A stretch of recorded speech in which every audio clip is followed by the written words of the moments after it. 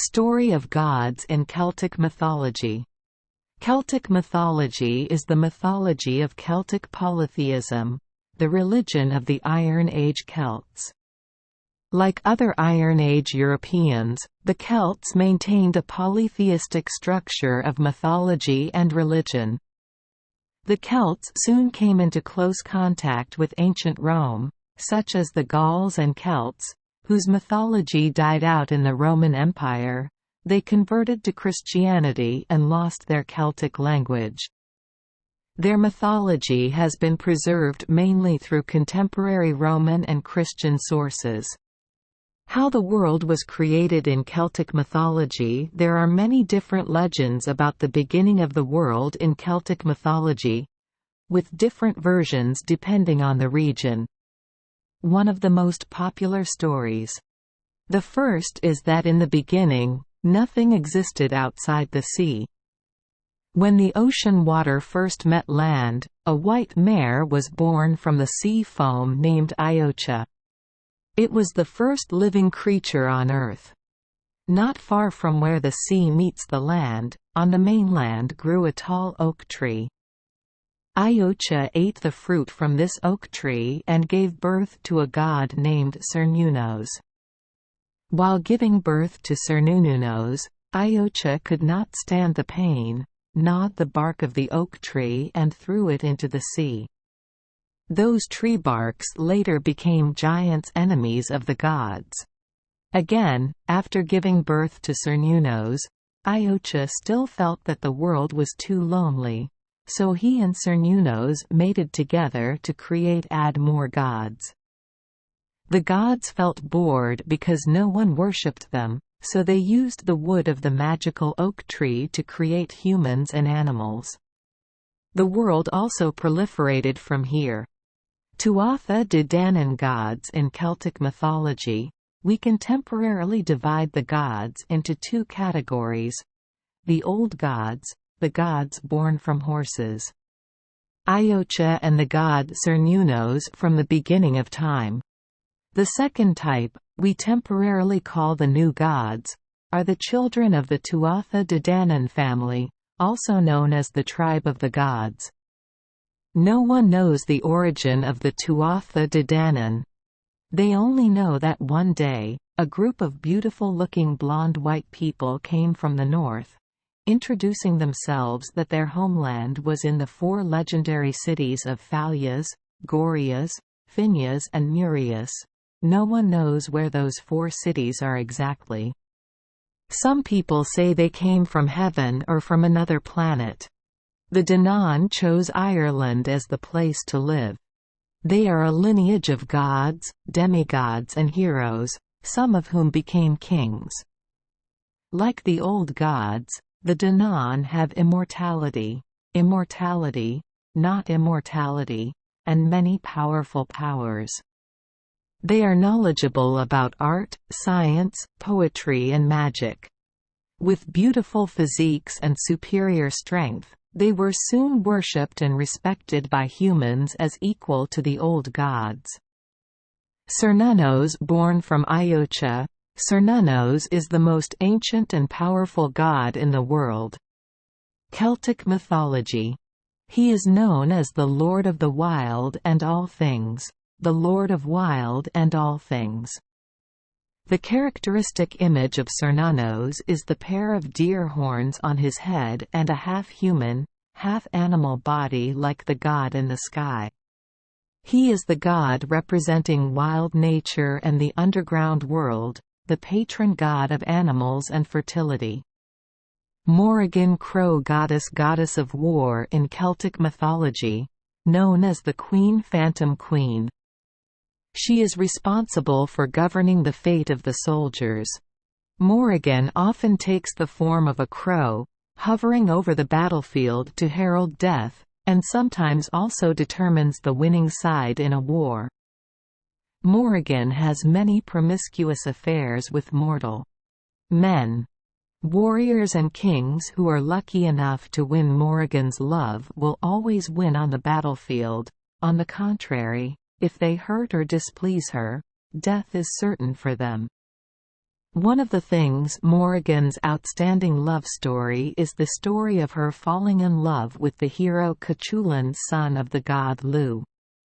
She expressed her love to Cuchulainn 4 times in 4 different forms, but he rejected them all. Morrigan cursed him with death on the battlefield. When Cuchulainn died, a crow appeared and perched on his shoulder. It was said that it was Morrigan who came to witness the death of his lover. Danu, this goddess, is the ancestor of the sacred tribe Tuatha De Danann, which translates to children of Danu. Because she is the mother of most of the Tuatha gods, Danu is considered the goddess of fertility and rich soil. Celtic mythology does not mention much about Danu, or the stories about her have been lost for a long time, so let's just assume that Mother Danu hid in oblivion so that her divine children could freely struggle in the world. Once brilliant legends of Celtic culture. Dagda Dagda is considered the head god and leader of the Tuatha De Danann, the god of magic and wisdom, who controls the weather, governs time and crops. Dubbed the good god, Dagda has the physique of a fat, handsome man, always laughing and talking like that. No one looks at his rough and clumsy physique. And it seems that Dagda is truly one of the most powerful gods in Celtic mythology. Why is Dagda called the good god? Because Dagda always carries a huge cauldron full of food wherever he goes. Passers-by who are lucky enough to meet Dagda can rest assured that they will never go hungry. And after eating, you want to take a nap? Please feel free to crawl into Dagda's giant hat that can accommodate 2 people to take a nap.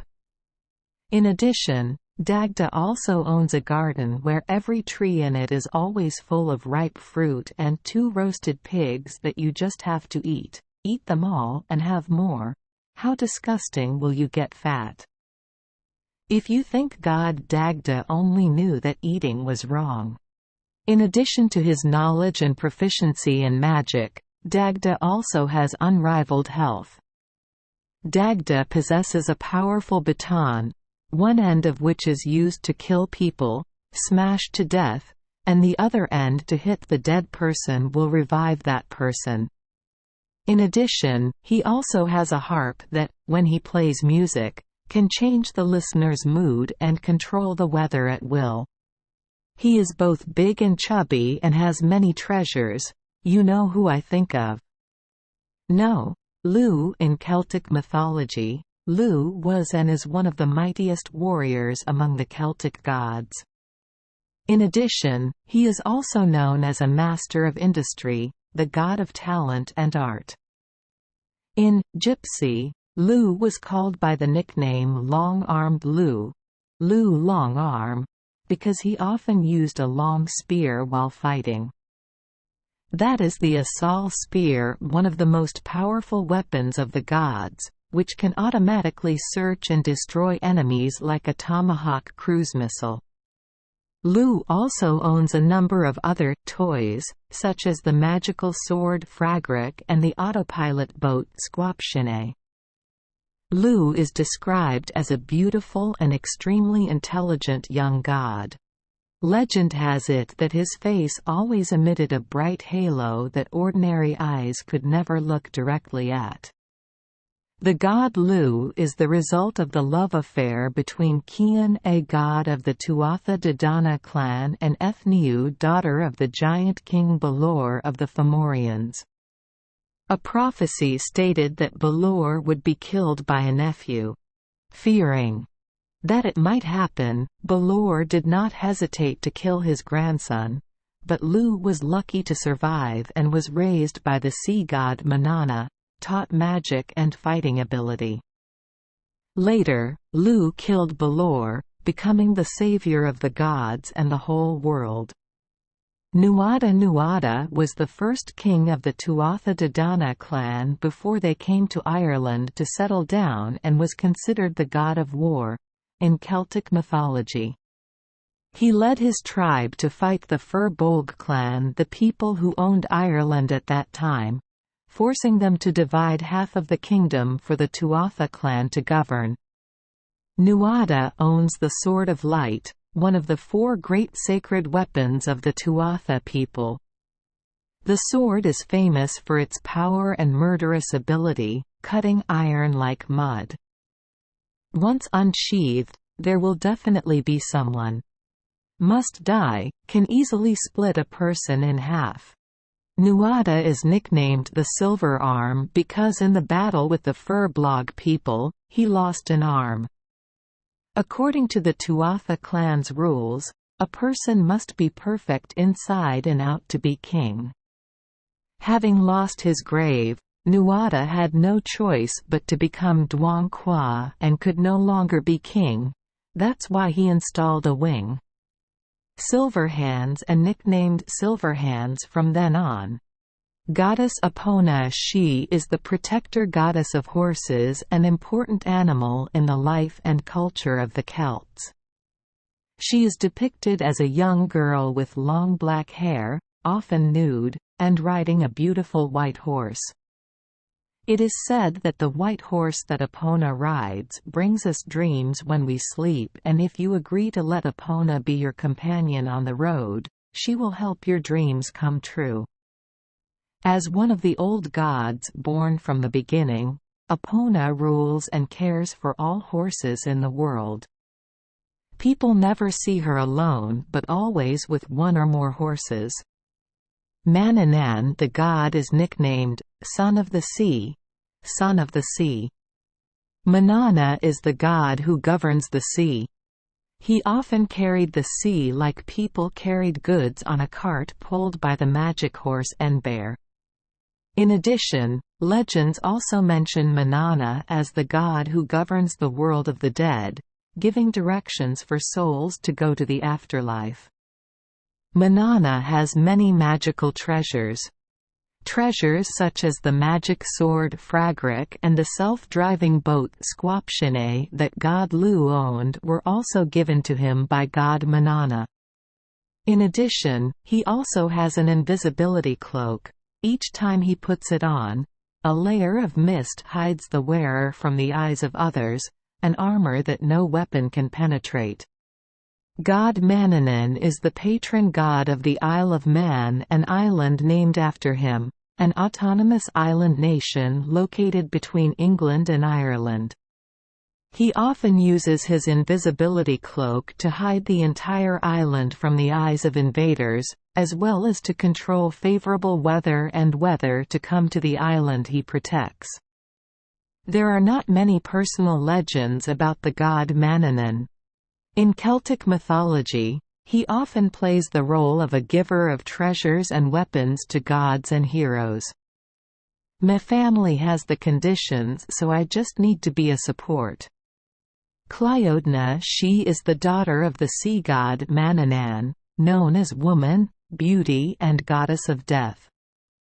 She owns 3 magical birds whose songs can cure all diseases.